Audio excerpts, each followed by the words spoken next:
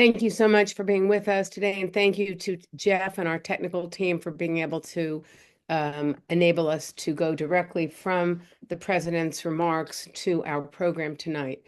Tonight, I'm going to give a very short welcome so we can get right to our program. I am Janice Kaminer-Resnick, and I welcome you on behalf of members of our leadership team, Zev and Mel, whom you know well. Many thanks to Ambassador Ross for agreeing to brief us tonight, and with the news about possible hostage release and ceasefire agreements, we are most anxious to hear tonight's update and analysis. Next week is Inauguration Week. We will host Jeffrey Greenberg, editor-in-chief of The Atlantic, in conversation with Madeline Brand. We hope you'll join us. You can register in the email you get right after the program.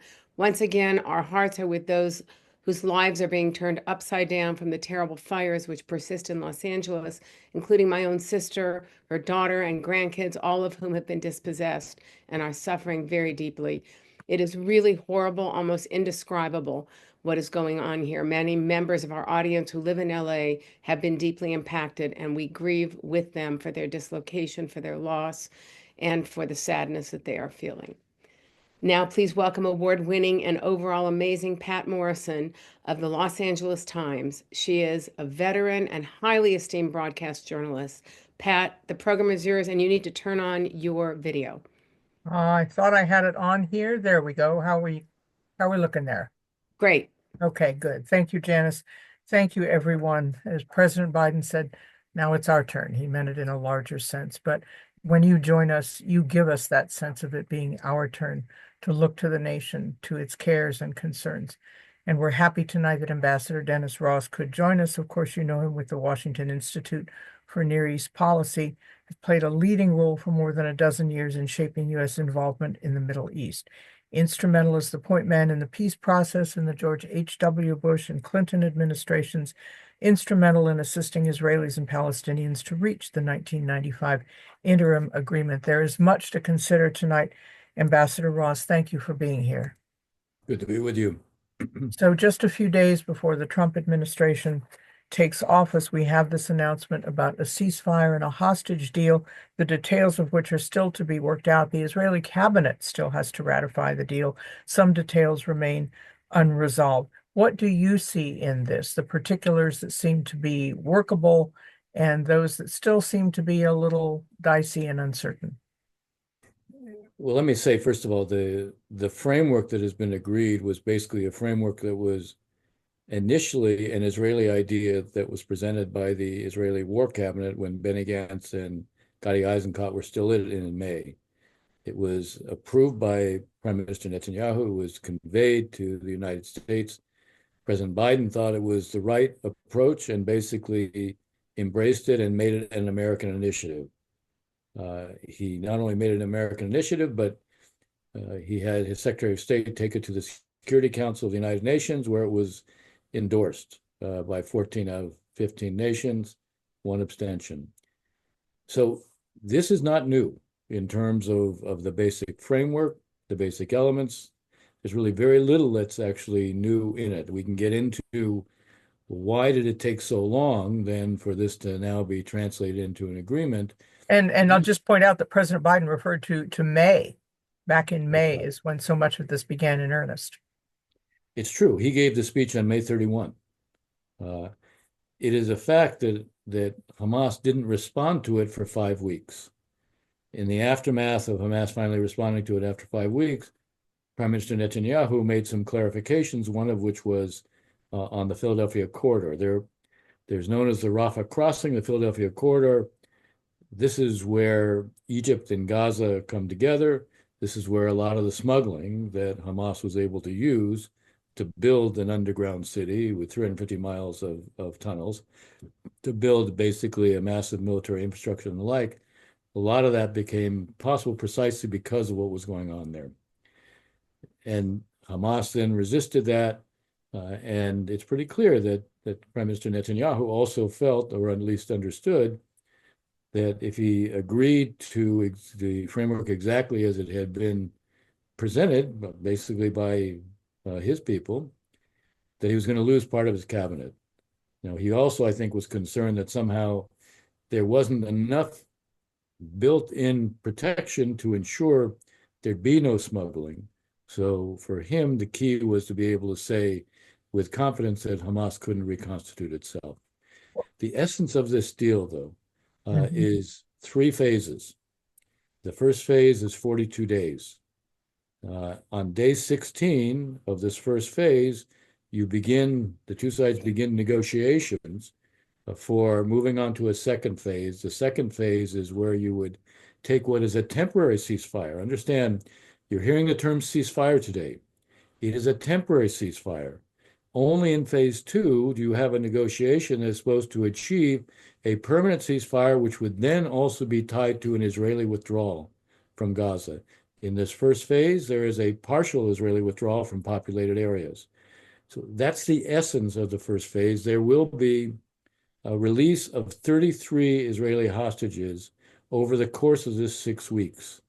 Now, the exact breakdown of those who are alive versus those who are no longer alive, that's not clear at this moment. It may be agreed in what's been announced so far, but the actual terms of how many live hostages of that 33, we don't know exactly what the breakdown is going to be. We don't know the exact number of Palestinian prisoners either, but I think there was an understanding a long time ago about a particular formula for 50 prisoners for every hostage. Even this, in its incipient stage, which still needs approval by the cabinet, what is the likelihood that that's going to happen? The deadline or the dateline is like, this is going to start on Sunday. What could happen? What could happen to make this start on Sunday? And what are the odds that the cabinet will approve this? I think the odds the cabinet will approve it are extremely high. You have two key cabinet ministers who are against it, Ministers Ben-Gvir and Smotrich. Ben-Gvir has made it clear he will not only vote against it, but he's prepared to leave the government. Smotrich says if the agreement actually leads to an end to the war, if he thought the agreement was going to lead to the end of the war, he would also leave the government. I have no doubt that Prime Minister Netanyahu will say this agreement does not mandate the end of the war, and that's true. But I think we have to recognize there are three monitors and guarantors to this agreement. It's Qatar, Egypt, and the United States. This agreement became possible now because of what I call the Trump effect. It's very difficult for Bibi Netanyahu to say no to President-elect, soon-to-be President Trump. He fears the consequences of saying no to him, all sorts of needs that the Israelis will still have.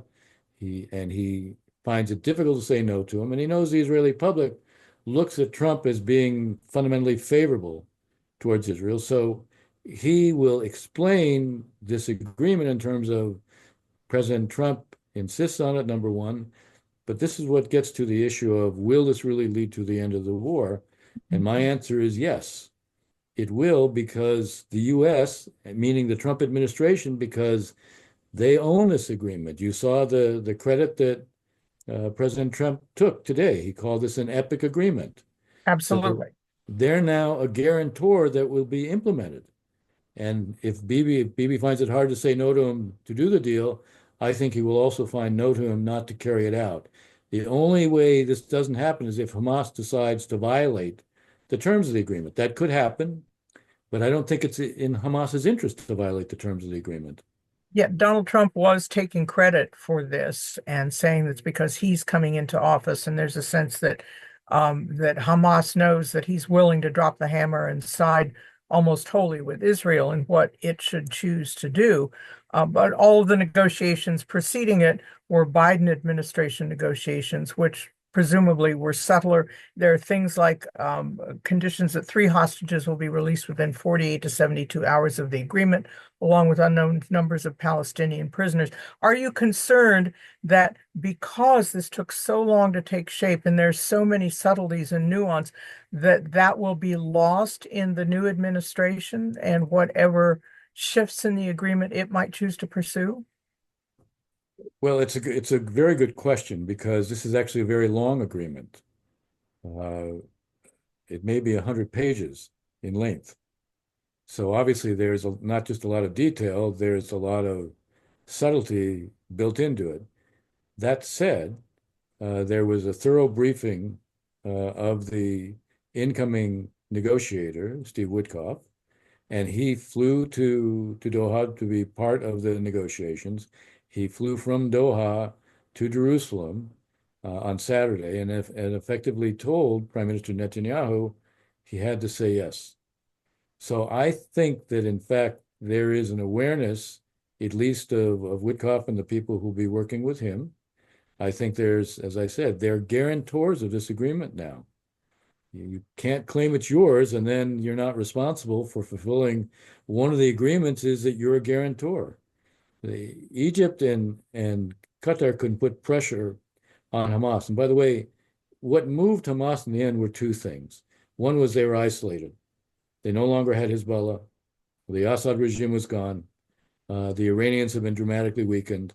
The whole ring of fire around Israel, the axis of resistance, basically has been transformed, if not eliminated. And so they were alone. But that also made them more vulnerable to pressure from Qatar and Egypt, both of whom wanted to prove to President Trump that they would get things done for him because he made it clear he wanted this done before he was inaugurated. So the Trump effect was an effect on Prime Minister Netanyahu, but also on the other two mediators. Less on Hamas because the context created a pressure on Hamas, more on the other two mediators who had an interest in showing President Trump that they could deliver for him. I did think, having read what you sent me today, something that you just wrote, that the collapse of the Assad regime had a kind of domino effect in terms of the protection that had been afforded for so long to Hamas was disappearing.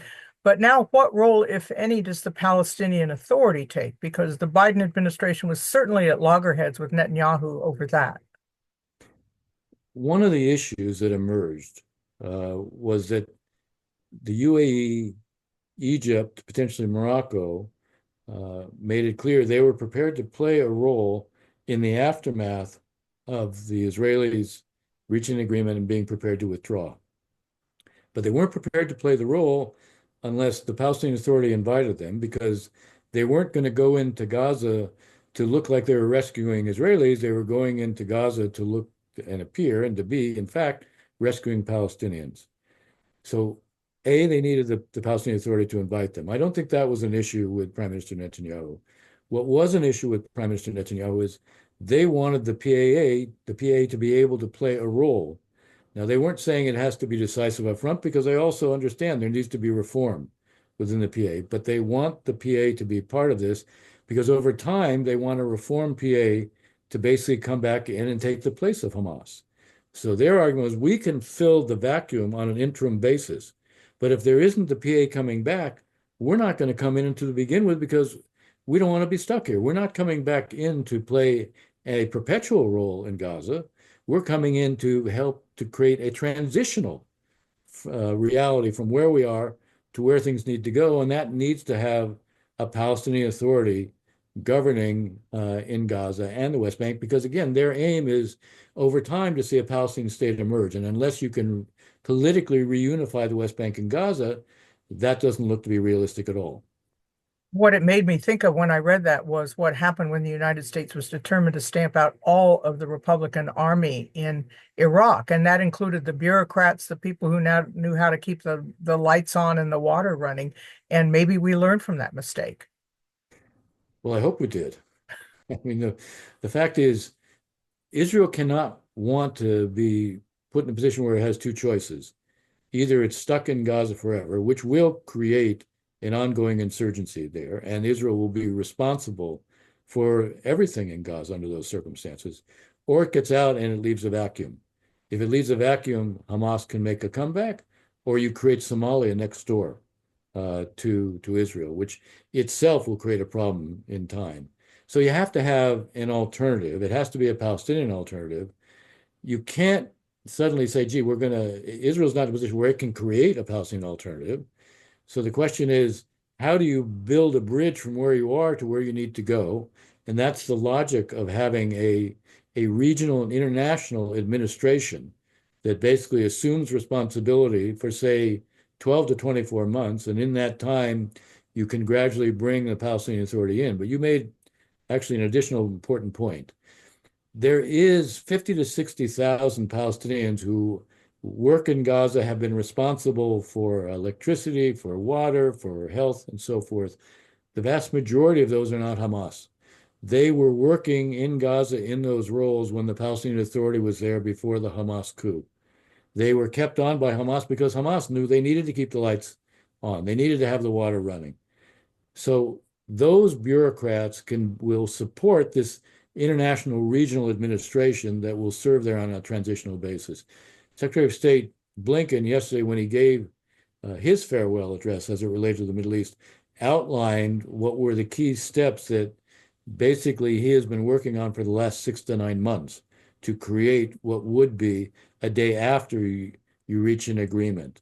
Effectively, this is sort of phase two. Phase one is what we saw now. Phase two is tied to the idea of the permanent ceasefire. Something has to replace what exists today in Gaza. We're going to talk a little more about Secretary Blinken's speech, but I want to remind our viewers, you're used to us wrapping up at the top of the hour, but because of President Biden's farewell address, we're going to be continuing past the top of the hour for at least another 15 minutes. And we have your questions, very good questions coming in, and we'll be getting to some of those as soon as we can do so as well. So, Mr. Ambassador, there's still a slip between cup and lip possibilities. Monday is the inauguration. What should we be looking for in the days between now and then? All right, the most important thing you already put your finger on. Sunday is supposed to be the day where there should be at least 3 Israeli hostages who are released. By the end of the first week, there should be another 7 who are released. The remaining 23 who are to be released will be released over the course of the 42-day period. With each release, there will be releases of Palestinian prisoners based on the formula that has been worked out. The first thing to see is, does this initial release take place? Second thing is to see, does the second release take place? A lot of people are comparing this to what happened last November, a year ago November, when you did have an agreement that produced 105 hostages being released. That was very different from what we have now. That was not based on a finely tuned, carefully crafted, negotiated agreement. That was based on an agreement that there would be 10 prisoners, 10 hostages a day who would be released. And what happened after, after it was 8 days, the numbers varied, but they reached a point where Hamas didn't release the women who they had agreed to release.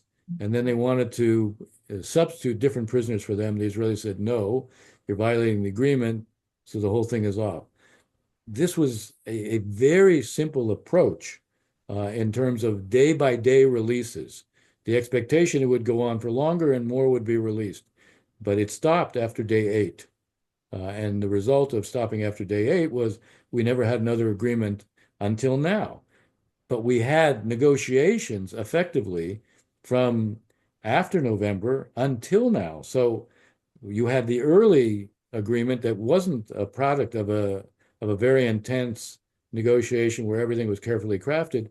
This is something, this framework has basically been agreed, as I've already noted, since May.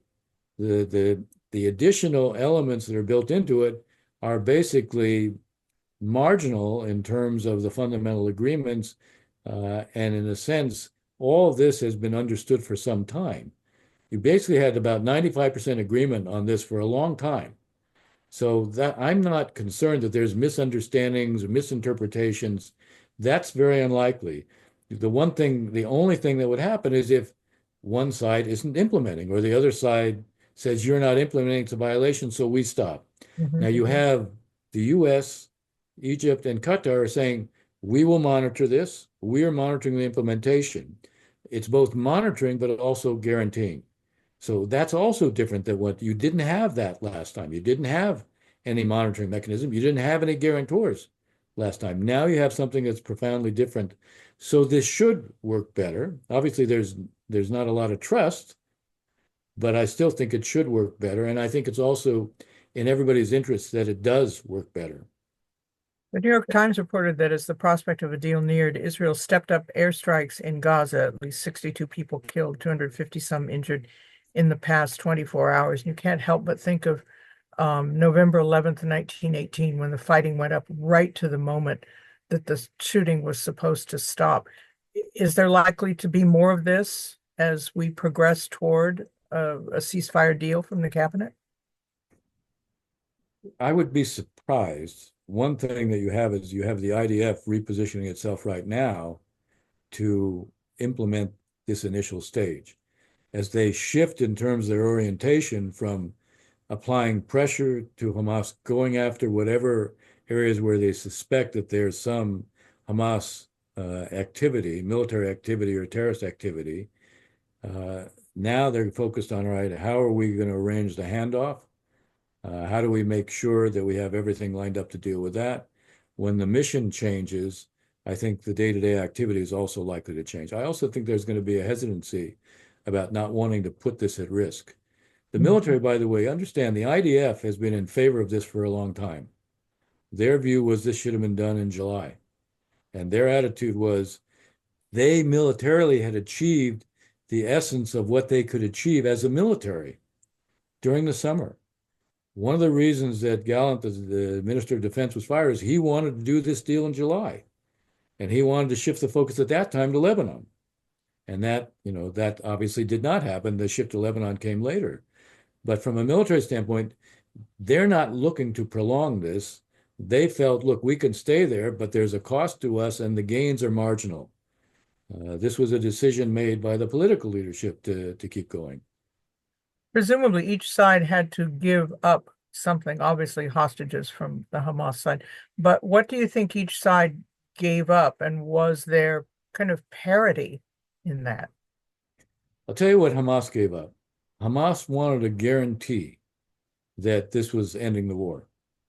They didn't want to start the process of releases. They didn't require that the war ended in the first phase, but they required that there was an ironclad commitment, a guarantee that the war would be over, that you would go to phase two. It was not just that you would go to phase two, but it was a guarantee that you would end the war. They don't have that guarantee. I suspect that the Qataris said to them, based on discussions with the incoming Trump people, including the new mediator, I suspect that they said, look, once this stops, President Trump is going to want to ensure that it stays stopped and it doesn't resume. And that's why you can have a high level of confidence this will lead to the end of the war. But they made an adjustment in that regard. I think the Israelis made adjustments in terms of the numbers of hostages to be released, the number of prisoners to be released. I think the number of hostages they wanted an accounting of who all the hostages to be released were before they would agree. They don't have that accounting right now, at least in my understanding. So I think they made an adjustment as well. Does this strengthen Netanyahu's position, or does the fact that it's closer to perhaps some kind of resolution give him a weaker hand? He's going to have to contend with the right wing of his coalition, which doesn't like this at all. So that's a problem.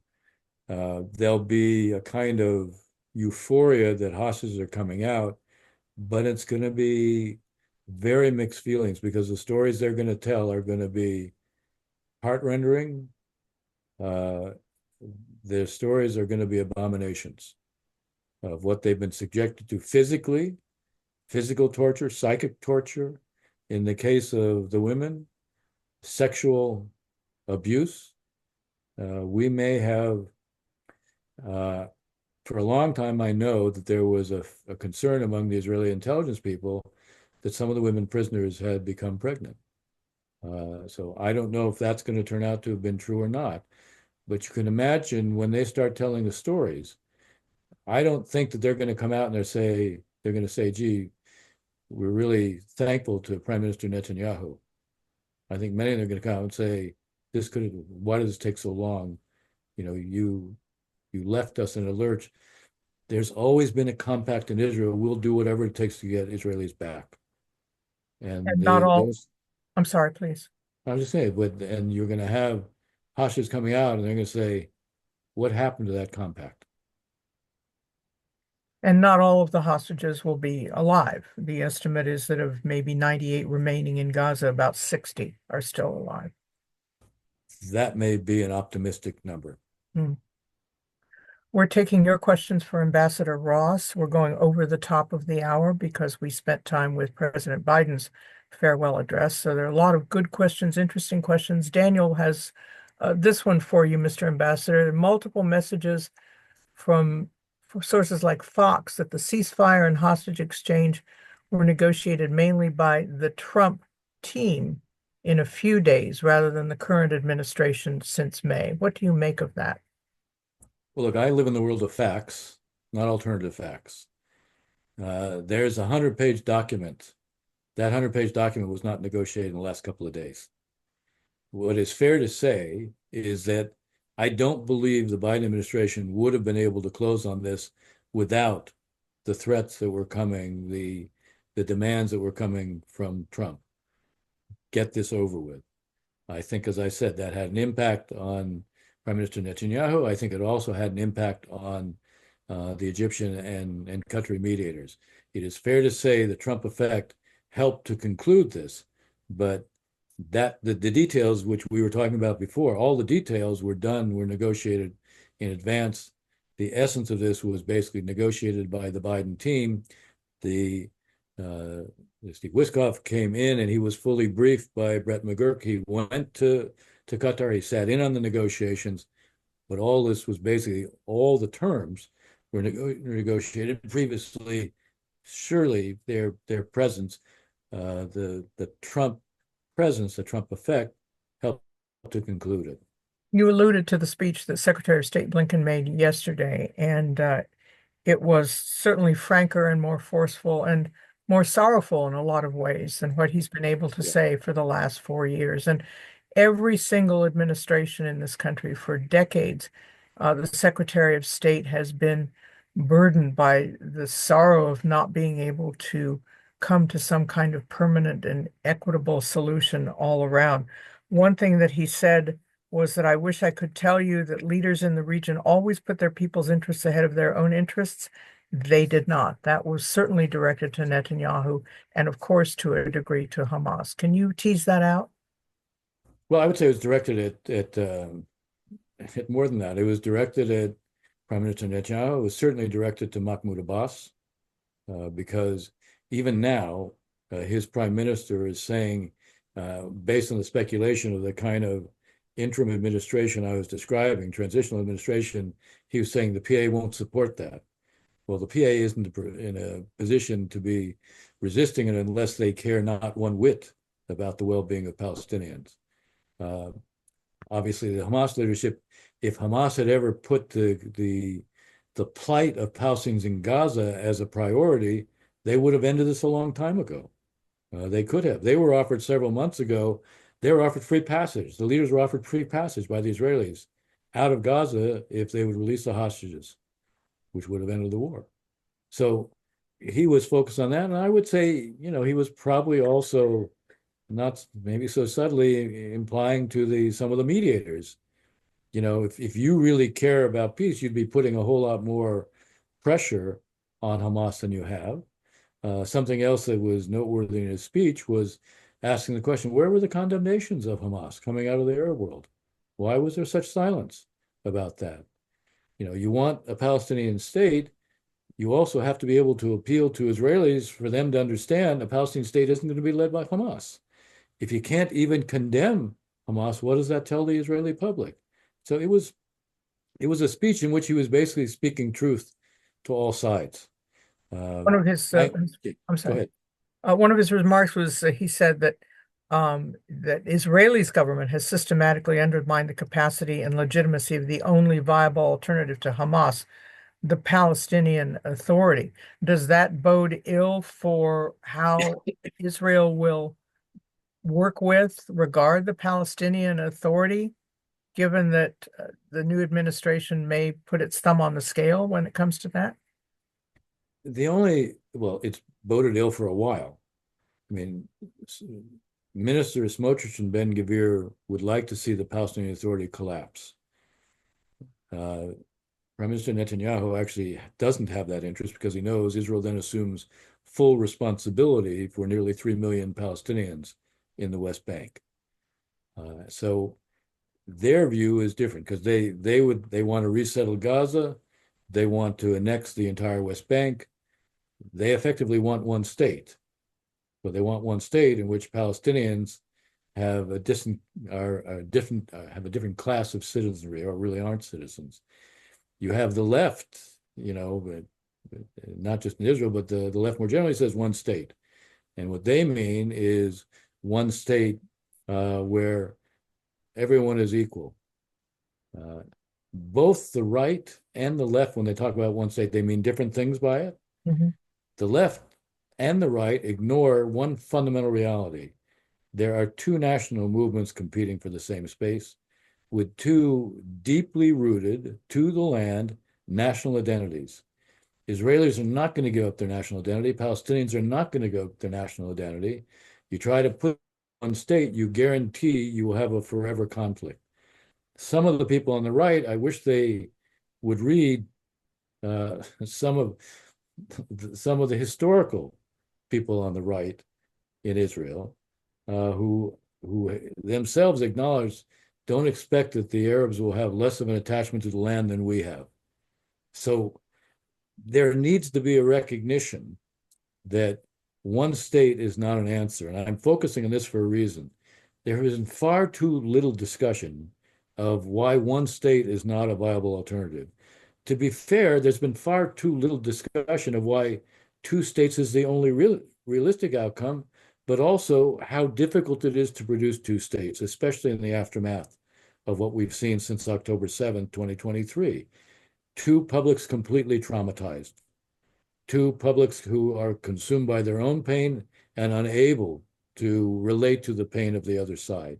We have a very long ways to go to get back to the point where you can recreate a sense of possibility, where you can recreate even a semblance of trust, where either side can come to believe that some kind of a deal is possible with the other. Now, again, I focus on two states because I know one state is not an alternative, but the reason I wanted to point out why it's not an alternative is because no one ever says that. We have this kind of simplistic notion that, okay, well, two states is, we'll say two states, but it's a slogan, and one state's what's going to happen. No, one state means a forever conflict. We have to come up with a way to reestablish first the idea that Israelis and Palestinians can cooperate in a visible way, because both sides have lost the imagery that's even possible, the sense that's even possible. Then we have to take advantage of Arab states who are prepared to normalize with Israel, like Saudi Arabia, who require something for the Palestinians. We need to work from the ground up. We need to work from the top Our down. former Congresswoman Jane Harman, I'm sure this is the same one, asks, is there any, and hello, Jane, thank you for doing this. Is there any chance that the ceasefire will encourage Netanyahu to form a new coalition with center and left parties to embrace a path to two states under responsible governments as the solution for long-term security? Is this in Netanyahu's interest as well as in all the other parties' interests? My guess is he won't do that in this stage. If he actually is going to do a deal with the Saudis, which, again, President Trump has said he wants as a priority, he wants to expand the Abraham Accords, which means do a Saudi-Israeli normalization deal. The Saudis require an end to the war and Israel out of Gaza, and they also require, in addition to bilateral arrangements and understandings with us, they require something on the Palestinians that they can point is different than anything that's been achieved before for Palestinians. I think it means a pathway to a state that looks different than anything you've seen up until now. Now that, even if Bibi hasn't lost the complete right in his coalition as a result of doing this deal, the fact is, if he does that, he will lose the right in his coalition. At that point, either he has a choice, he goes to elections and says, I'm going to elections based on a normalization deal with Saudi Arabia, which transforms the region, or he says, I'm prepared to go ahead and expand the government to create this national consensus because we're taking this huge step of transforming the region, taking this huge step, which would mean some kind of commitment on a Palestinian state. Now, to be fair, something also that Secretary of State Blinken said yesterday, he talked about a conditions-based Palestinian state. I have long felt that we should recognize the Palestinians as a people who have a right to self-determination. But they can't actually fulfill that right until they demonstrate through actions as well as words that they're prepared to have a responsible state. They're prepared to have a state that won't have independent militias. They're prepared to have a state that won't align with the Iranians. They're prepared to have a state that commits to coexistence and gives up the concept of resistance, which has been the animating movement of the Palestinian National Movement. Hamas is the Islamic resistance movement. So a state that it reforms to the point where you know it won't be a failed state. So this needs to be built into any approach. There needs to be responsibility and obligations on both sides.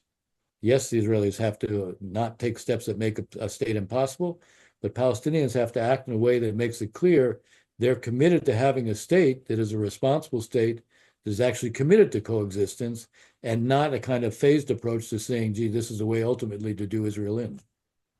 We spoke a little bit about the impact of outside events like the collapse of the Assad regime on the state of affairs with Hamas and Israel. But let's turn it around, look at the ripple effect out the other way. What would be the ripple effect if this agreement is successful on those parts of the Middle East, on Iran, on what's going on now in Syria? Goodness knows how destabilized that is. That might have a larger and longer impact way beyond the immediate partners. Well, if this agreement is fully implemented, and that's my hope is that it will be, and I think there's a better than even chance that it will be. If it is, already that begins to change the atmosphere in the region, number one. That should open up a serious effort then to move on normalization between Saudi Arabia and Israel. If such an agreement is reached already, you're creating a whole new coalition in the region. Now, does that have an implication for what's going on in Syria? Not immediately. But what's interesting about what we see in Syria right now, Ahmed al-Shara, who is the head of the new government, was the head of HTS. He is, and his group had an ideology of being Islamist, but the focus right now seems to be exclusively on stabilizing Syria, consolidating control, and beginning to rebuild a country that is probably in need of about $300 billion of investment to remake the country. His focus is exclusively internal. Everything he's been saying to date about tolerance for minorities, inclusiveness, negotiating a new constitution within 3 years, having an election within 4 years, everything he's saying to Arab states is he wants to focus on the internal. It means that Israel is not a preoccupation at this stage. If you change the climate in the region and his focus is internal development, and you're creating a coalition that is very much focused on modernization, development, advancement of the region, his own interests could connect with that. Mm-hmm. Now, we have to see if that's the way it will work out. That's one element. Then you have the whole Iranian element. One of the big issues that is going to be dealt with that is coming this year, I believe, is Iran's nuclear program. Iran is in a position, I said it earlier, they're prepared to talk directly to the Trump administration after spending 4 years where they would not talk directly to the Biden administration. That's a testament to their needs. They'll come under more pressure from Trump in terms of economics. I think he will use the Israeli threat of moving against the Iranian nuclear program as a lever to try to get a deal. If you can get that deal, and I'm not saying that's going to be simple, I'm not predicting it necessarily, but I think that Iran right now doesn't want trouble in the region. It can't afford it. I think it wants to create at least the image that it's interested in negotiating a deal. The Trump administration, certainly President Trump said, you'll recall, he said if he'd had a second term, he would have produced a deal with Iran within a week. Well, he's going to have a second term. He's not going to have a deal within a week. But that is an issue that is going to come to the fore. And here again, in the context of everything that's changing, the Iranians will have to decide, do they want to prevent it? I think right now their means for preventing it have changed dramatically. They had a whole proxy system, and that proxy system has been terribly eroded. They can't use it so effectively to prevent peace now. The question is, will they decide that their own needs are such that they need to find a deal, and can the Trump administration negotiate that deal? I think it'll be tough because to really reach a deal that matters, Iran has to give up a nuclear weapons option, and that requires a significant scaling back of the nuclear infrastructure that they've developed. But if they know the alternative is they could lose the entire nuclear infrastructure, then maybe they'll have more of an interest in negotiating that than we might assume. So saber rattling might work? If it's done in a way where you maximize the leverage, yes. We have a lot of people concerned or confused or frustrated over why the ratio of hostages released is 50 Palestinians for 1 Israeli. People think that's unfair, especially because they say the Palestinian prisoners ostensibly committed crimes and the Israelis were innocent civilians taken hostage. We're not dealing in the world of fairness. We're dealing in the world of what can be done. Recall that Yahya Sinwar was part of a deal that Bibi Netanyahu did of 1,026 Palestinian prisoners to get back Gilad Shalit. 1 soldier, 1,026 prisoners. This ratio is one that the Israelis agreed on with Hamas through the mediators a long time ago. And it's the ratio that was agreed in the first deal that was done a year ago, November. If you hold out for what you think is strictly fairness, you probably don't get a deal at all. So this is a case of being practical. This is a case of realizing, again, what were the objectives that Prime Minister Netanyahu laid out at the beginning. He said he talked about total victory, which is, I've always said total victory is a slogan, it's not an objective. So what constitutes total victory? What should have constituted total victory was the defeat of Hamas and the inability of Hamas to rebuild itself. And then an approach that makes it very difficult for Hamas ever to make a comeback, so it can't be in control. But he basically talked about defeating, destroying, eradicating Hamas, and getting all the hostages back. Getting all the hostages back was one of the fundamental objectives of the war. Now, this is a process now. It faces opposition, by the way, from some of the hostage families, because they look at what they see as a partial deal, not all the hostages. They're not seeing it as a comprehensive deal because you're getting 33 back in 6 weeks. And they're concerned that if Netanyahu is saying this isn't going to be the end of the war, but phase 2 is where you end the war and where you get all the hostages back, they're concerned that he won't actually continue beyond phase 1.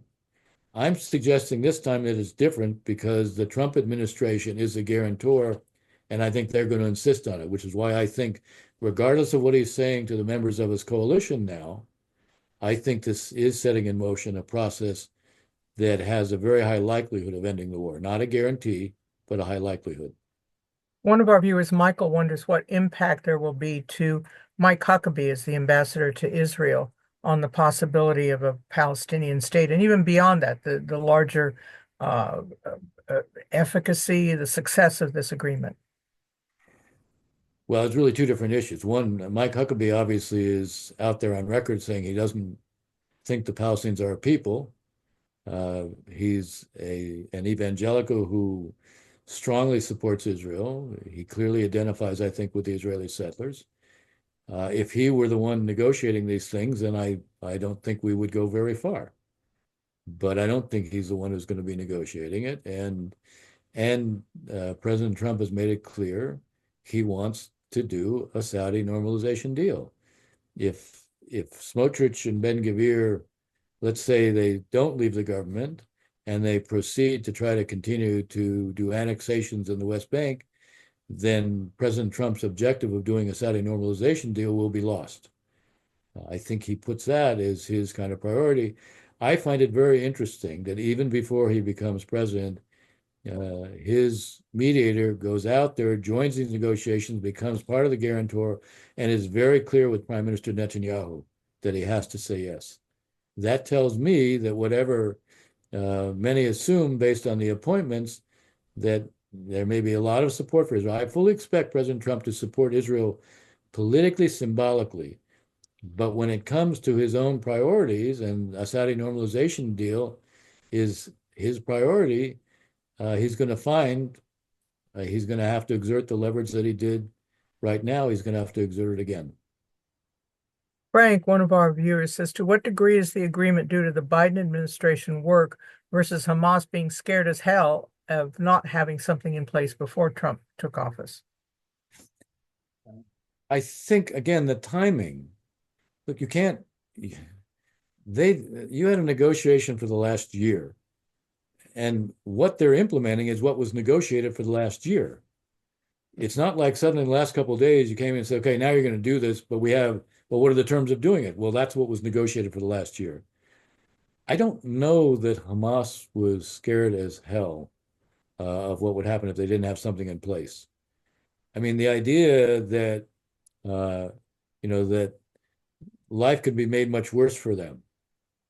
Pretty hard to see how life can be made much worse for them. They don't put the well-being of the Palestinians of Gaza as even their 10th priority. Their survival is what matters to them, and they're still able to survive. And they see themselves as an idea. So what affected them was being isolated on the one hand, and having mediators like Qatar, by the way, who's been a financial benefactor of theirs, really putting pressure on them. In Egypt, which controls the border next to them.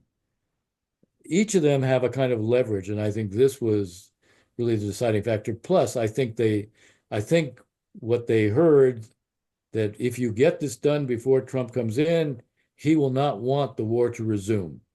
I think that was probably fairly compelling to them. Peter wants to know, we've discussed some of the political consequences with Netanyahu, but wonders about the impact on his legal problems. We're in the 5th year of his trial.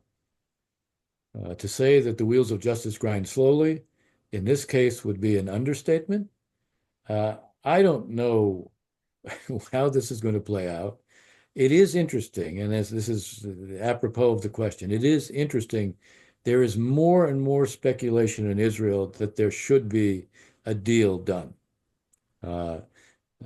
Some kind of deal done with Netanyahu and the justice, or a deal where the president of Israel, the only one who can do pardons is the president of Israel. The president of Israel makes a decision to do a kind of preemptive pardon as a way of removing this, what is obviously an issue, and nobody knows for sure how it has affected his behavior, but it would be strain the bounds of credulity to think it's had no effect on his behavior. Is there a sense in Israel, there was a lot of anger over the hostages, but is there a sense now, if this agreement goes forward, that let bygones be bygones when it comes to Netanyahu's legal troubles? I just think that there's a sense that there's so many issues Israel has to contend with. If this is an inhibitor toward being able to deal with them, then why not remove it? I will say that I've seen in the last couple of weeks several different articles from prominent Israeli journalists suddenly raising this. And it just strikes me as it probably reflects a sentiment that is there, and they're reflecting it. I'm not saying it's a dominant sentiment, by the way, but I think I'm struck by the fact that I'm seeing it now, and I haven't seen it really before. Ambassador Ross, as you know, you're a frequent guest here. We try to end with something hopeful, and as we wrap up, there's a lot to look forward to, and we hope you'll come back to help us analyze that. But at this point, where do you put the hopeful odds and some assessment on those odds? I actually am hopeful.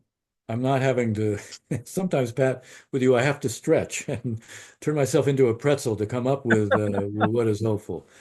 Not this time. I mean, look, the Israelis have transformed the balance of power in the region, which creates a different landscape and the potential for really translating and creating a very different Middle East.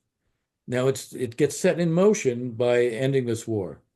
I do have a piece that comes out in the Washington Post tomorrow where I say there's two strategic imperatives for 2025: end the war with Israel out of Gaza, and deal with the Iranian nuclear program. You do that, I'm convinced if you don't do those two things, you will also get Saudi normalization with Israel, which will have a Palestinian dimension. Now, for me, that means you can take what these military achievements are and translate them into political outcomes. If you don't translate them into political outcomes, there'll be tactical gains that will not endure. My hope is right now there's the potential to make this kind of a transformation. And the irony is, I said, President Trump comes in with a lot of leverage. That leverage can be used, I think, to create a real change in the region for the better. And when we get a link to that Washington Post piece, we'll certainly put it on the website for all of you to be able to read. Ambassador Ross, well, from your lips to God's ears, as they say. And we will be checking in. I'm sure people will watch the news almost on a daily basis, and then we'll come back to you at some point in the imminent future to be able to assess how things have been going. Thank you so much, as always, for joining us. Thank you, Pat. Always good to be with you. We also want to thank you for watching, and a reminder that on Wednesday, we're going to be looking at where the inauguration week is taking us 2 days into the new Trump administration. And then the week after that, Nancy McClain about democracy in chains. As President Biden said, there's a lot left for Americans to do and to pick up where he said that he and his administration had left off. That's one of the things we'll be discussing with her. Your support, your viewership is always welcome, and we really appreciate it. And you can find on the website and the links all the places you can go to demonstrate that support. Thank you very much on behalf of this entire team here, and thank you for watching.